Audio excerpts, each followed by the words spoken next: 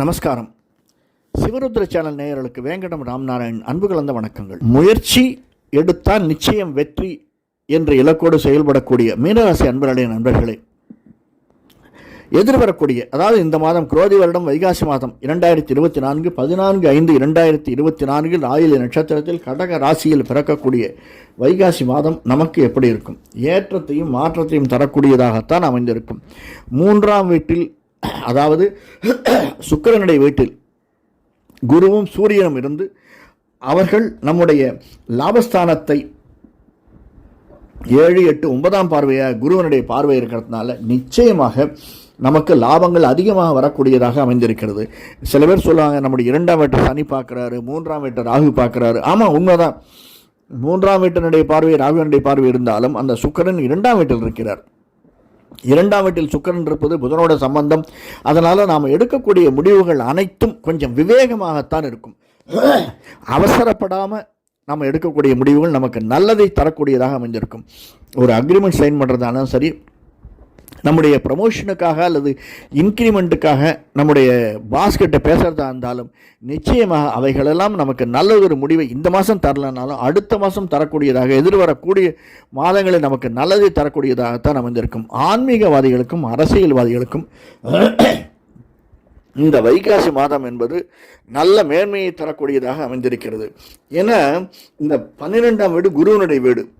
அந்த குரு நம்முடைய மீனராசிக்கு அதிபதியான குரு 3ஆம் வீட்டில் இருந்தாலும் அவர் 7ஆம் பார்வையா 9ஆம் பார்வையை பார்க்கிறார். அது மட்டுமல்ல 11ஆம் வீட்டு லாபஸ்தானத்தையும் பார்க்கிறார். அதனால் இந்த குருவனுடைய பார்வை நமக்கு மேன்மையை தரதுனால அரசியல்வாதிகள், ஆன்மீகவாதிகள் நல்ல காலர் தூங்கி விட்டுன்னு போகலாம். அவர்களுக்கு எடுக்கக்கூடிய முயற்சிகள் அனைத்தும் வெற்றியை தரக்கூடியதாக அமைந்திருக்கும். இந்த ரீட்டைல் பிஸ்னஸ் செய்கிறாங்க இல்லையா, அதிகமாக உழைத்து வேலை செய்யக்கூடியவர்களுக்கு கொஞ்சம் ஏமாற்றங்கள் அதிகமாக இருக்கலாம். அதனால் உழைப்பு தான் அதிகமாக இருக்கும்.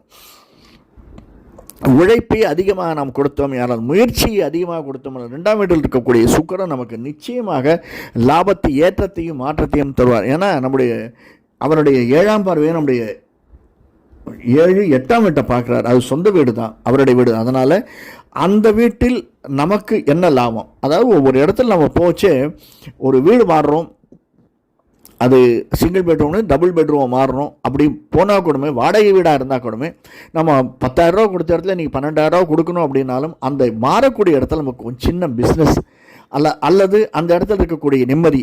சார், இவ்வளோ நாள் நான் இருக்க வீட்டில் பயங்கர தண்ணி ப்ராப்ளம் சார், அப்பா நிம்மதியாக இருக்குது, இந்த இடத்துல அந்த தண்ணி ப்ராப்ளம் இல்லை. அந்த மாதிரி சொல்லக்கூடிய சின்ன சின்ன விசேஷங்கள் நமக்கு நல்ல செய்தியாக காதில் விழக்கூடியதாகத்தான் இந்த வைகாசி மாதம் நமக்கு அமைந்திருக்கிறது மீனராசிக்காரர்களுக்கு. அதே மாதிரி வெளிநாடு செல்லக்கூடியவர்கள், அது படிப்புக்காக இருந்தாலும் சரி, பிஸ்னஸுக்காக இருந்தாலும் சரி, நாம் எடுக்கக்கூடிய முயற்சிகள், போடக்கூடிய அப்ளிகேஷன் நிச்சயமாக நமக்கு வெற்றியை தரக்கூடியதாக அமைந்திருக்கிறது. உடனே கை மேலே காசு வருமானம் வராது, ஆனால் அதற்குரிய பலன் நமக்கு அடுத்த 2, 3, 4 மாதங்களில் நிச்சயமாக தெரியும் என்பதில் சிறிதும் சந்தேகமில்லை. பிஸ்னஸ் அப்படின்னு பார்க்கச்சே நமக்கு எஸ்பெஷலி திரைத்துறையில் இருப்பவர்களுக்கு, கலைத்துறையில் இருப்பவர்களுக்கு இந்த மாதம் நல்லதொரு மாதமாகத்தான் அமைந்திருக்கிறது. அதாவது எப்படின்னா, நம்முடைய நான் என்ன சொல்கிறது, 7ஆம் பார்வையாக குரு நம்முடைய 9ஆம் வீட்டை பார்க்குறார், லாபஸ்தானத்தை பார்க்குறார், 11ஆம் வீட்டை பார்க்குறார். அதாவது சனியினுடைய வீடு. அந்த சனி 11ஆம் வீட்டுக்குடையவன் 12ஆம் வீட்டில் இருக்கான். 7ஆம் நாட்டு சனி ஆரம்பம் அப்படின்னு சில சங்கடங்கள் நமக்கு இருந்தாலுமே 7ஆம் நாட்டு சனியில் உயர்ந்தவர்கள் பலர் உண்டு. சிஎம்மாவும் பிஎம்மானும் ஆனவர்கள் அந்த 7ஆம் நாடு சனியில் பல டீல் சைன் பண்ணவங்களாம் உண்டு. அதனால் 7ஆம் நாடு சனி என்று எண்ணாமல் இந்த மாதம் வைகாசி மாதம் நமக்கு நன்மையை தரக்கூடியதாக அமைந்திருக்க நம்முடைய தாய் தந்தையருடைய ஆசி, நம் வணங்கும் தெய்வத்தினுடைய ஆசி, குலதெய்வத்தினுடைய ஆசி நம்மை இந்த வைகாசி மாதத்தில் மேன்மையும் மாற்றத்தையும் தரும் என்பதில் சிறிதும் சந்தேகமில்லை. நன்றி, வணக்கம்.